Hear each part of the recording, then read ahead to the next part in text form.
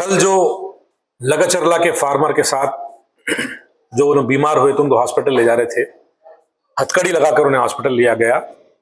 ये social media में आते ही तेलंगाना के chief minister Anumula Revanth Reddy ji immediate react होते हुए संगारेड्डी के जेल के सुपरिटेंडेंट को संजीव रेड्डी जी को सस्पेंड कर दिया गया। ये बात यहां से खत्म नहीं होती, इस पे इंक्वायरी होगी और जो भी फाइंडिंग्स आएंगे उसके ऊपर सीरियस एक्शन लिया जाएगा, ये रेवंत रेड्डी जी ने कहा।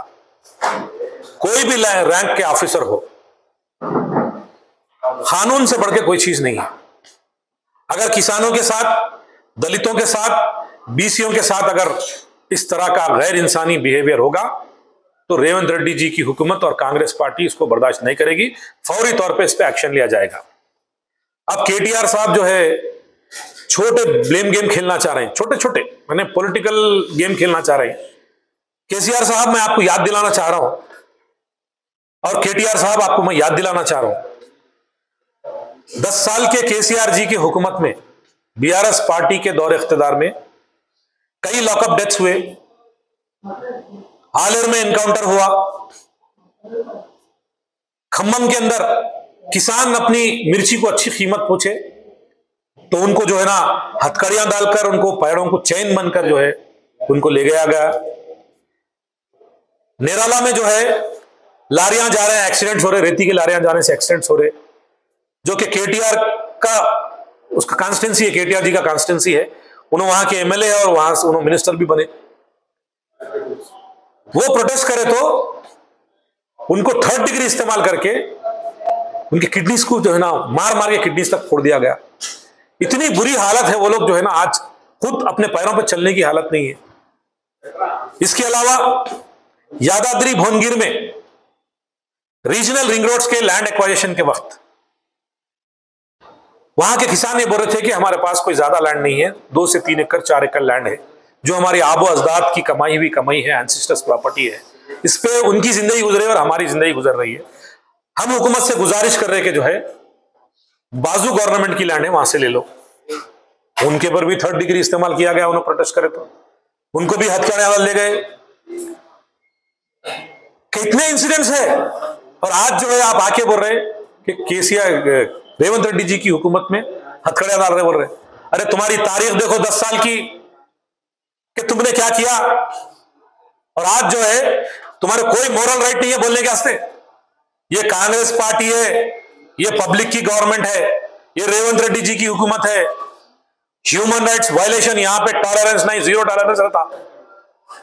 रेवंत रेड्डी जी क्लियर कर दिए कल कि ये अवाम की हुकूमत है, अवाम के साथ अगर किसानों के साथ, दलितों के साथ, बीसीओ के साथ नाइंसाफी होगी, रेवंत रेड्डी जी आपके साथ है बोल रहे। कल जो है इमीडिएटली जो है ना ये एसपी को सस्पेंड कर दिया गया, जेल के एसपी को। इस तरह के एक्शन कांग्रेस पार्टी का रहता।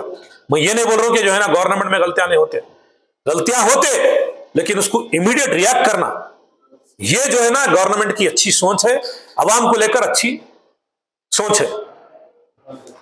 आने वाले दिनों में कांग्रेस पार्टी जिस तरह से 1 साल के अंदर जो प्रजा पालना करते हुए, फार्मर्स का लिहाज करते हुए, दलितों का लिहाज करते हुए, बीसीओ का लिहाज करते हुए, उनके डेमोक्रेसी को बिलीव करते हुए, उनके ह्यूमन राइट्स को प्रोटेक्ट करते हुए जो कांग्रेस पार्टी 1 साल के अंदर काम करी है, वो अगले 4 साल भी इस तरह से काम करेगी। केटीआर जी, अगर आप चाहते हैं हुकूमत को सजेशंस दो, opposition is the people's voice, आप अवाम की आवाज बनकर सजेशन दो। ये चिल्लर कामा करना बंद करो। आप 10 साल की में हुकूमत में थे, अवाम आपको हटा के कांग्रेस पार्टी को दी, कांग्रेस पार्टी को काम करने दो। कांग्रेस पार्टी अगर कोई गलत करे तो बोलो, कांग्रेस पार्टी तैयार है आपके सुनने के लिए। प्रजा भवन खोल के बैठे हुए हम लोग, ये अवाम की गवर्नमेंट है, ये फार्म हाउस की गवर्नमेंट नहीं है। सेक्रेटरीट में बैठ के हम हुकूमत चला रहे हैं, हम जो है फार्म हाउस में बैठ के हुकूमत नहीं चला रहे। अवाम से हम जो है हफ्ते में 2 बार प्रजा भवन में मिले तो 2 बार गांधी भवन में मिलते। सीएम साहब भी जो है ना मिलने के लिए तैयार है, आओ अपने जो सजेशन से लेके आओ, लेकिन ये ब्लेम गेम खेलना बंद करो। आने वाले दिनों में कांग्रेस पार्टी को अगर इस तरह से तुम ब्लेम करेंगे तो कांग्रेस पार्टी रेवंत रेड्डी जी की हुकूमत बर्दाश्त करने तैयार नहीं है। जानता हूं कि जो है ये किसका स्टेटमेंट था ये स्टेटमेंट हमारे सलीम साहब का स्टेटमेंट है। आप जानते हैं सलीम साहब को जो है एक पूरा सा चार्ट लिख के देना पड़ता बोलने के वास्ते। वो सलीम साहब जो है वो चार्ट ले लेके बोलते हो, उसके बगैर उनको बोलने नहीं आता बेचारे। और उन्होंने ये बोल रहे कि जो 1 साल में कांग्रेस पार्टी की हुकूमत चले जा रही, बीआरएस हुकूमत आने वाली है।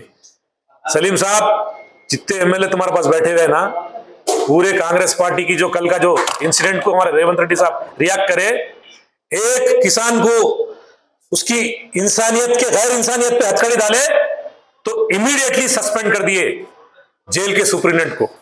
और भी इंक्वायरी होगी, कोई भी रैंक लेवल का ऑफिसर हो उसके ऊपर अगर कोई भी अगर ह्यूमन राइट्स वायलेशन कर रहा, कोई गलत कर रहा, कोई कानून से बढ़ के नहीं, उस पर बराबर एक्शन लिया जाएगा। ये गवर्नमेंट को देखते हुए बीआरएस के पूरे एमएलए यहां आने को तैयार है। अब बोलो क्या बोल रहे हैं हमारे गांधी भवन से। मैं हमारे सलीम साहब को चैलेंज कर रहा हूं, सलीम साहब 1 साल के अंदर आप क्या बोल रहे हैं, कांग्रेस पार्टी खत्म होती, बीआरएस में पूरे एमएलए आ जा रहे, बीआरएस फिर हुकूमत ला रही बोल रहे। मैं चैलेंज कर रहा हूं यहां से गांधी भवन से।